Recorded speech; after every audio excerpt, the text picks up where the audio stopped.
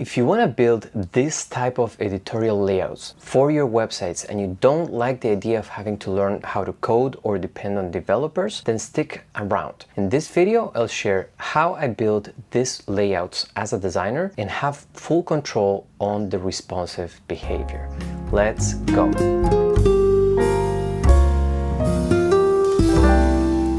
Hello my friend, if you're new to the channel, welcome. My name is Adrian Somoza, former lead designer at MediaMonks, and I focus on helping freelance web designers grow their businesses to be financially peaceful and creatively challenging.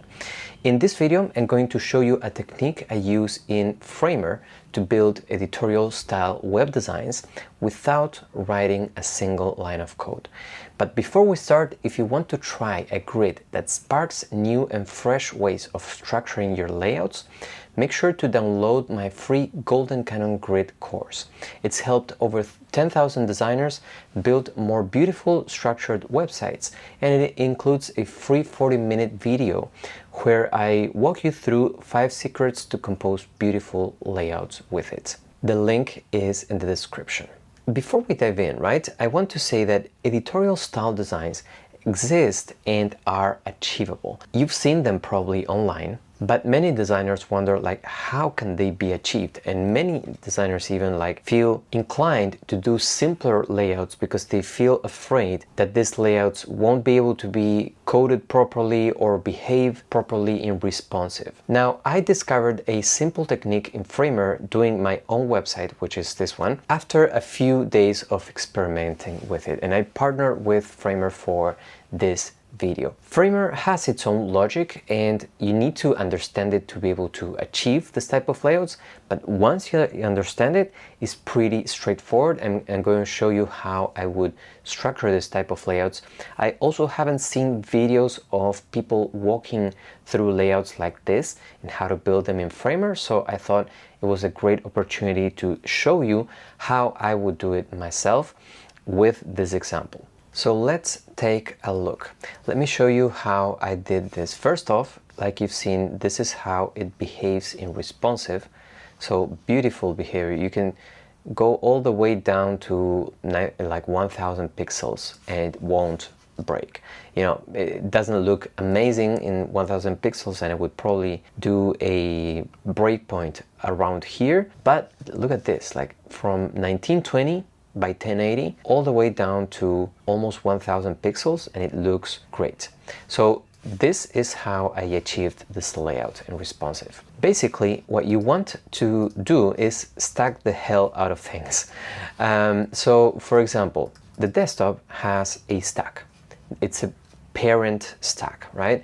And you need to understand parent-child relationships and how they work in Framer. So I recommend that you watch their crash course on the fundamentals of Framer because it's really good and it helped me understand this. It's beyond the scope of the video to explain the fundamentals, but you know, stacking, right? So once you start stacking, the idea is this: you're gonna start creating rows. Okay, so rows of information. So you're gonna do a row or a stack for the navigation, then you're gonna create a row for the image, then you're gonna create a row for the CTA, the title and the paragraph, and lastly a row for the footer. Okay, so those are gonna be your rows and you're gonna start thinking in rows. And then for this, to be able to maintain the edge here. So what I mean is that this visual edge right here where the title, or the video and its text is aligned as you resize the page. And also, this one, right? All of the important edges in the composition, to maintain them so that as you resize the window, those elements keep aligning to those edges. What you need to do is understand how to use the frame technique. So basically, frames are a way of telling Framer what's the size of child element inside the parent element. So if the row, for example, is this one, right? It spans the full width, so it's one frame, because the main parent of this is the hero, which is one frame, right? So everything here inside the hero is going to be full width. So here, this row that I created called text plus CTA has the CTA that has 4 frames and the text that has 8 frames.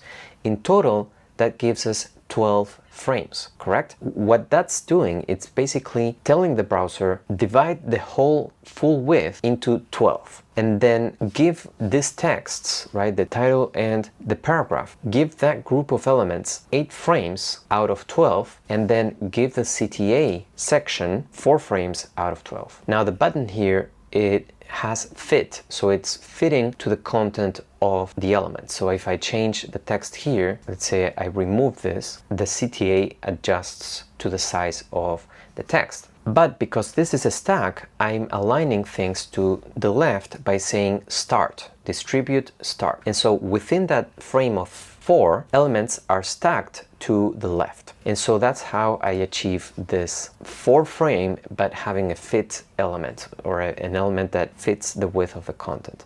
So that's how I created that. And then for, inside this 8 frame stack, I created a 3 column and a 5 column stack for the title and for the paragraph. So that way I'm telling Framer, out of this 8, 3 are for the title, 5 are for the paragraph. So that helps me separate into columns. And basically what I'm doing is a column approach. I'm dividing the rows into columns.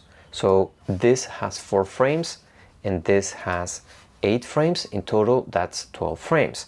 And inside those 4 frames, or here, those 8 frames, I'm using 3 for the title and 5 for the text. So that's how I'm structuring the content within the page, so that when you do the same for all of the rows, so for example 3 column, 5 column, exactly like I did here, then this element in this 5 column stack will coincide with the paragraph above, because I use the same structure, 3 column, 5 column. And the knife items have 8 frames, like I did with the text, 8 frames. So that's why this one coincides with this one. This one has 8 frames, right? It's a video that has 8 frames. So that also makes it coincide with this and this. And same thing goes for here. This stack has 8 frames. And so that's why all of them coincide when you resize the window.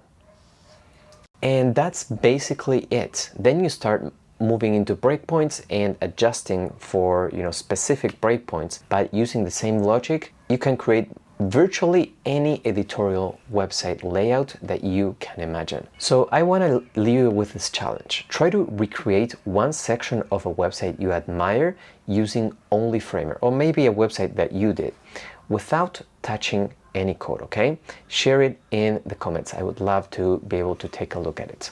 And quick reminder, if you haven't downloaded yet, go grab the golden Canon grid and the free 40-minute video. It's going to help you approach your designs in a different light.